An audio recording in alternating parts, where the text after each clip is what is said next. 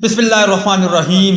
मोहम्मद आमिर और वहाब रियाज को फौरन कौमी टीम में शामिल करे। कामरान अकमल एक बार फिर बरस पड़े। अस्सलाम वालेकुम दोस्तों, आज की ज़ेर नज़र वीडियो में आप भाइयों को इसी बारे में बताएंगे, मगर मजीद तफसीलात की तरफ बढ़ने से पहले इस वीडियो को लाइक करें और कमेंट सेक्शन में आप भाई मुझे इतना ज़रूर बता दें कि क्या वहाब रियाज, कामरान अकमल, उमर अकमल, अहमद शहजाद, जुनैद खान और मोहम्मद आमिर जैसे खिलाड़ियों को क्या कौमी टीम में वापस लाना चाहिए या नहीं।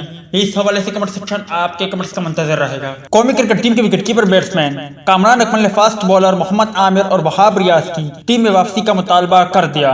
एक इंटरव्यू में उन्होंने कहा कि इंग्लैंड के दौरे के बाद बहुत सी चीजें वाज़ा हो जाएगी।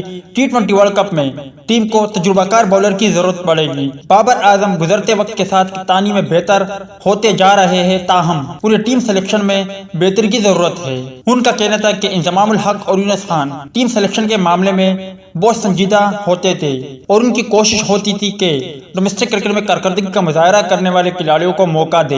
मोहम्मद आमिर में अभी कम से कम 4 से 5 साल की क्रिकेट बाकी है, जबकि वहाब रियाज भी 2 से 3 साल क्रिकेट खेल सकते हैं। उनका कहना था कि डोमेस्टिक में कारकर्दगी दिखाकर इंटरनेशनल क्रिकेट खेलने वाले खिलाड़ियों और T20 क्रिकेट से टीम में आने वाले खिलाड़ियों की कारकर्दगी में फर्क वाज़ा है। अब इससे वाज़ा अंदाजा होता है कि कामरान अकमल ने जिस तरह कहा, यकीनी तौर पर कौमी टीम में मोहम्मद आमिर जैसे, वहाब रियाज जैसे खिलाड़ियों की जरूरत है। अगर आप भी यही चाहते हो